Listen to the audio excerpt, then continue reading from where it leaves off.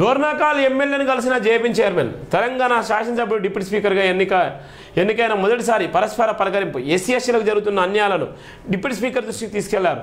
రాష్ట్రవ్యాప్తంగా ఎస్సీ/ఎస్టీల అభివృద్ధికి దోహదపడాలని కోరినారు. డోర్నాకాల్లోని పలు అభివృద్ధి కార్యక్రమంలో ఎమ్మెల్యేతో కలిసి పాల్గొన్న నేపథ్యం ఉంది. ఒక dynamic MLA doctor Ramachandra Naik అన్న జాటోతు నిజంగా మంచితనానికి మారుపేరు, నిలువెత్తు నిదర్శనం. డోర్నాకాల్ నియోజకవర్గంలో 2 సార్లు ఓడిపోయి 3వసారి గెలిచినటువంటి వ్యక్తి. ఎక్కడ కూడా అభిమానంతో కూడుకున్నటువంటి, అనురాగంతో కూడుకున్నటువంటి ఒక ప్రేమానురాగాలకు పెద్దన్న పాత్ర పోషించినటువంటి డోర్నాకాల్ ఎమ్మెల్యే ప్రస్తుతం deputy speaker Telangana. Deputy speaker ఆహ్వానం మేరకు పోయి కలిసిన సందర్భంలో గతంలో ఉన్నటువంటి నేపథ్యానికి, ప్రస్తుతం ఉన్న నేపథ్యానికి, ఎమ్మెల్యే గారి తీరు పట్ల, ఎమ్మెల్యే గారు చేసినటువంటి అభివృద్ధి పట్ల అక్కడ ఉన్నటువంటి ప్రజలు సంతోషాన్ని వ్యక్తపరిచేటువంటి నేపథ్యం ఉంది. ఒక పక్కన అక్కడ ఉన్నటువంటి బంజారాలు, మరో పక్కన ఎస్సీ/ఎస్టీ బీసీ మైనార్టీలు, ఇప్పుడు ఉన్నటువంటి ప్రభుత్వ సంక్షేమ పథకాలు, మరో పక్కన ఆయనకు ఉన్నటువంటి మంచితనం, అవన్నిటికీ నిదర్శనము డోర్నాకాల్ ఎమ్మెల్యే డిప్యూటీ స్పీకర్గా ఉన్నటువంటి జాటోతు రామచంద్ర నాయక్. నిజంగా అన్న పేరకు నేను పాల్గొన్నటువంటి నేపథ్యం ఉంది. అక్కడ పాల్గొన్న సందర్భంలో అనేక విషయాల గురించి మాట్లాడినటువంటి సందర్భాలు కూడా చూసాము.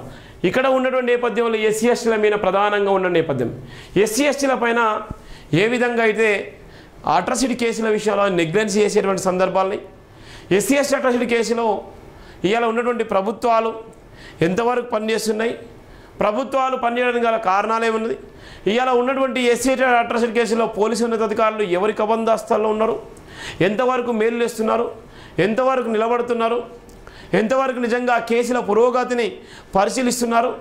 దాని తర్వాత ఇవాళ ఉన్నటువంటి ఎస్సీ/ఎస్టీల మీద అనేకమైన వేధింపులకు గురి చేసినటువంటి ఎవరైతే ఉన్నారో వాళ్ళ రాజకీయ ప్రోద్బలంతో మళ్ళీ దాడులు చేసి మళ్ళీ భయభ్రాంతులకు గురి చేసిన నేపథ్యంలో ఆ విషయాల గురించి స్పష్టంగా మాట్లాడడం జరిగింది.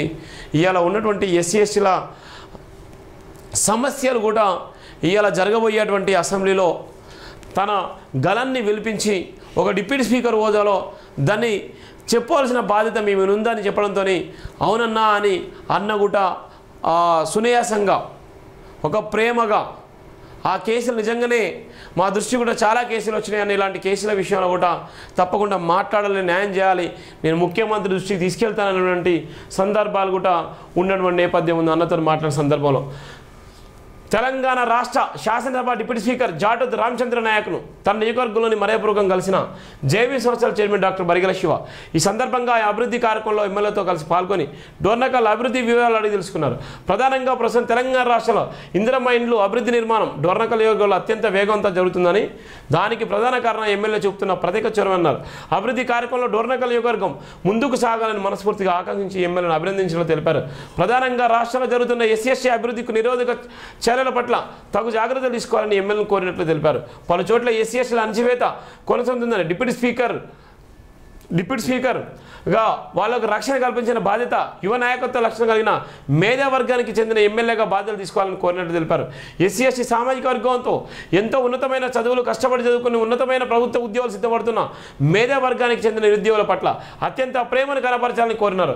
అక్రమంగా కేసుల్లో ఇరుక్కొని ఉన్నతమైన లక్ష్యాలకు దూరం అవుతున్న ఎస్సీ/ఎస్టీ యువత పట్ల అత్యంత దయనీయతను కనబరుస్తూ వాళ్ళకు రక్షణ కల్పించే విధంగా సేవలంచాలని కోరుతూ తెలంగాణ రాష్ట్రంలో మరెన్నో అత్యంతమైన పదవులను అధిరోహిస్తూ ఎస్సీ/ఎస్టీ మేధా వర్గానికి వీలంతగా చేయుతనిస్తూ అభివృద్ధి చేయాలని మనస్ఫూర్తిగా కోరిన తెలిపారు.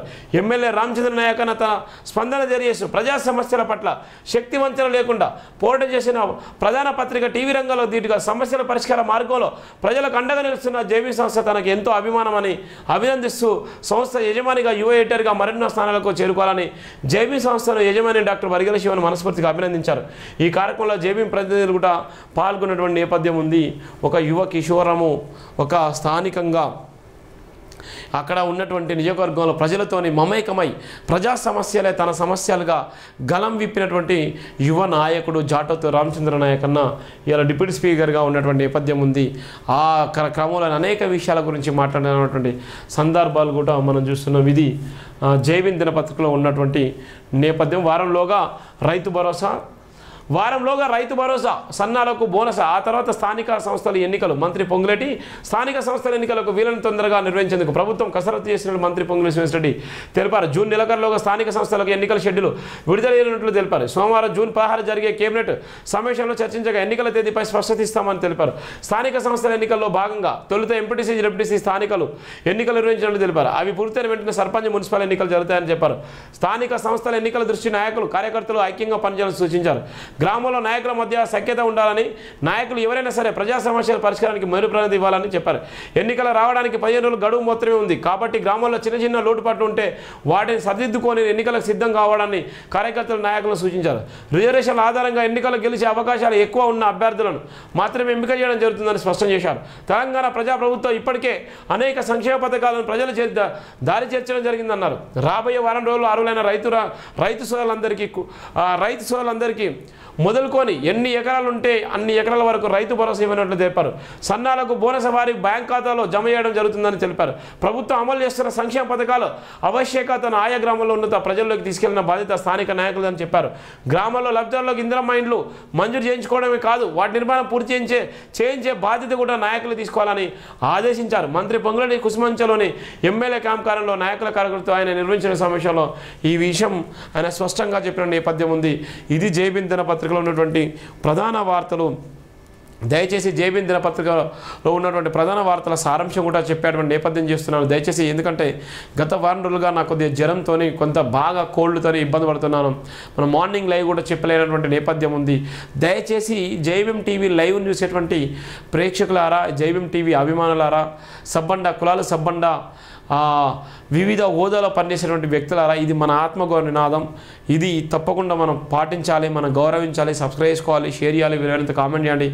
అగ్రవర్ణ మీడియాల కన్నా జైబీమ్ అనే నినాదమే చాలా గొప్పది. జైబీమ్ నినాదాన్ని మోయాలంటే చాలా వరకు గడ్స్ ఉండాలి. ఈ నినాదము మనం మోయాల్సిన బాధ్యత ప్రతి ఒక్క దళిత బిడ్డ మీద ఉంది, ప్రతి ఒక్క ఎస్టీ బిడ్డ మీద ఉంది, ప్రతి ఒక్క బీసీ బిడ్డ మీద ఉంది. ఈ నినాదం మన ఆత్మగౌరవ నినాదం కాబట్టి ప్రతి ఒక్కరు కూడా సబ్స్క్రైబ్ చేసుకోండి, షేర్ చేయండి, విలువైన కామెంట్ చేయండి. Thank you so much. Jai Bhim all.